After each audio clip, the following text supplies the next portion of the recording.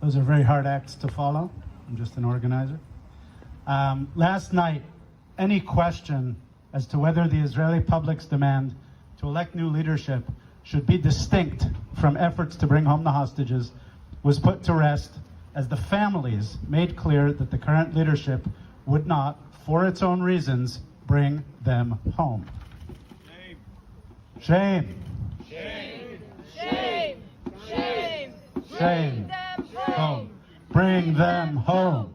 Bring them home. now. Bring them home Now. Bring them home now. Bring them home now. Bring them home now. The question for us, and really the elephant in the room for our community, is what is the proper role for us around the world, expat Israelis and Jews? Is it legitimate? Does it hurt to raise our voices during wartime? And do our actions make a difference? Many of our community are sitting on the sidelines because of this. I can't tell you how many people tell me privately, and probably many of you, that they think that Bibi needs to go immediately, but they're not going to come out. So we, Jews and expat Israelis, have always been more than spectators in the Zionist enterprise. Our community plays a critical role in the tech economy. Children of the community here from Gan Shula serve, parentheses, probably at a higher rate than Bnei Brak. And while it was still the evening of October 6th here on the West Coast, the protest movement had turned all of this organizational capability to supporting the war, especially Gershon, filling airplanes with soldiers and tons of gear. We don't need to look further than Idan Alexander, a graduate of the same high school in New Jersey that Guy Horowitz and I attended, who's now a hostage of Hamas. Should his parents not be able to express their views on the leadership of Israel? Was it legitimate before he was captured for them to express their views, or only now that he's a hostage? So a lot of us are in business. If you think of the Zionist enterprise or Israel as kind of a multinational enterprise with its headquarters in Jerusalem, we may not be shareholders with a vote. Some are, some aren't. But we are all stakeholders who both contribute to and are impacted by this enterprise.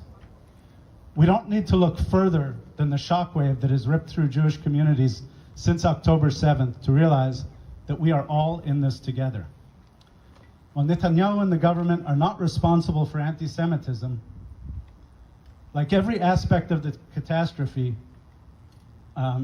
within Israel, the morning of October 7th exposed the frayed relationships with the majority of the Jewish community that had been abandoned in favor of evangelicals who are less critical of him. Along with all the other ministries that were exposed as hollow shells, the public relations capacity of Israel to help us respond here was woefully unprepared.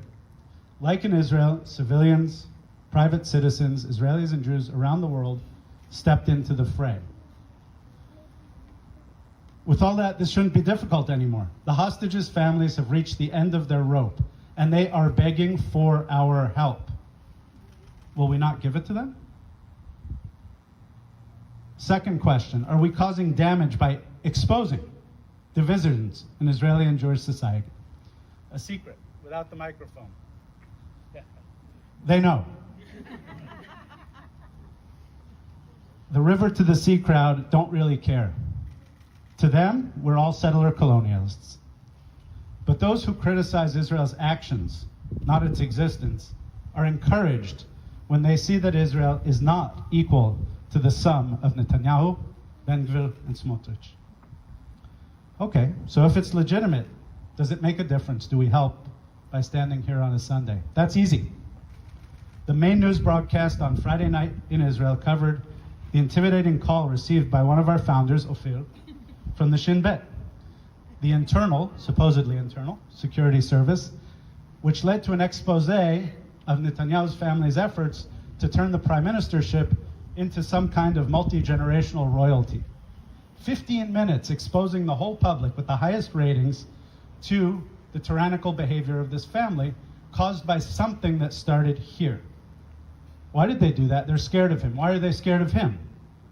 They're scared of him. They would not have been scared of him if we hadn't been out here every week, week after week, with our flags and our signs and our chants.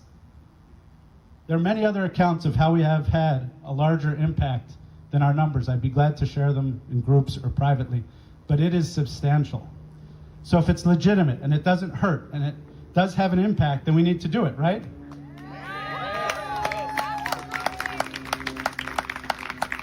Well, I'm speaking to the choir here.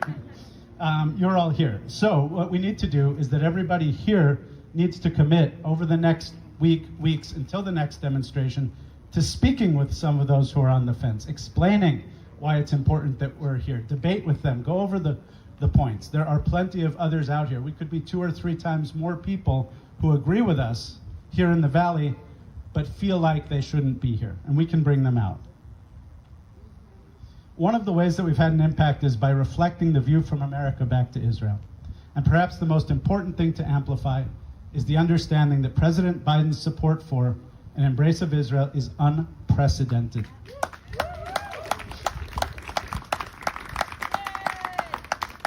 Not only for Israel, but for any country. That he has devoted his time and political capital and trademark empathy to Israel's security, to returning the hostages, and to looking ahead to the day after. He and Senator Schumer have not changed their views of Israel, but they have been pushed to the limit by a prime minister who is picking a fight with them. He is picking the fight. There's nothing they can do to stop him if he wants to fight. It gains them nothing politically. The demands from the far left are not met by his little actions, and he takes risks with the Jewish supporters. We need to thank them for making the separation between the Israeli people and its off-the-rails messianic leadership. Thank you, Biden. Thank you, Schumer. Deal now, elections now.